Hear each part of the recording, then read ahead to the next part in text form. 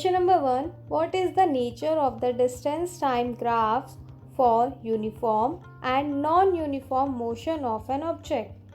कि distance time graph कैसा होगा अगर यूनिफॉर्म मोशन है या अगर नॉन यूनिफॉर्म मोशन है किसी भी ऑब्जेक्ट की। तो अगर यूनिफॉर्म मोशन है तो डिस्टेंस टाइम ग्राफ एक स्ट्रेट लाइन बनाएगा, मतलब डेफिनेट स्लोप होगा, और वो स्लोप क्या है, value of constant velocity of the object, कि ऑब्जेक्ट की जो कांस्टेंट वेलोसिटी है उसकी वैल्यू है। It's mean when the motion is uniform, the distance time graph is a straight line having a definite slope, and the slope tells us the value of constant velocity of the object.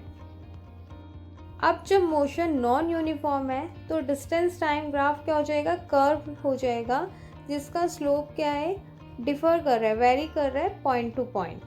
तो when the motion is non uniform, the distance time graph is a curve whose slope varies from point to point. Question number 2. What can you say about the motion of an object whose distance time graph is a straight line parallel to the time axis?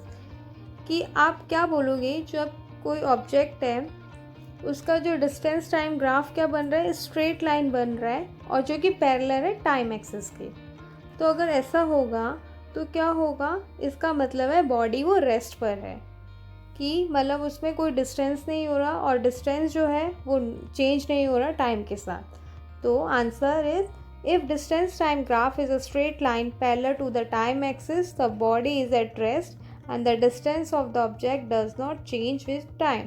क्योंकि जब उसने बोला कि line जो है straight line तो बन रही है, स्ट्रेट लाइन तो यूनिफॉर्म मोशन में बनती है, बट वो लाइन पैरेलल है, तो इसका मतलब है कि वो एक तरीके से कांस्टेंट है और उसमें कोई डिस्टेंस नहीं हो रहा है। क्वेश्चन 3.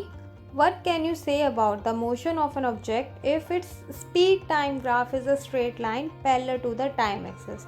अब इस क्वेश्चन में क्या बोले, अब स्पीड टाइम ग्राफ है किसी ऑब्जेक्ट का जो कि स्ट्रेट लाइन है parallel to the time axis, तो तब क्या होगा, तो इसका मतलब है ऑब्जेक्ट हमारा मूव हो रहा है यूनिफॉर्मली।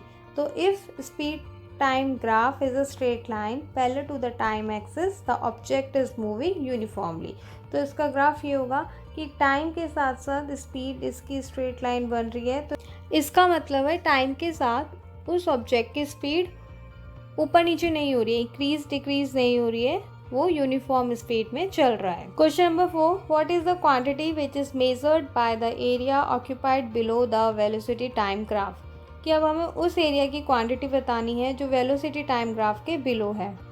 तो जो वो एरिया है वो क्या है, उसकी quantity magnitude of the displacement, मतलब कि या तो वो डिस्प्लेसमेंट है या फिर वो डिस्टेंस है जो एक गिवन टाइम इंटरवल में कवर किया गया है।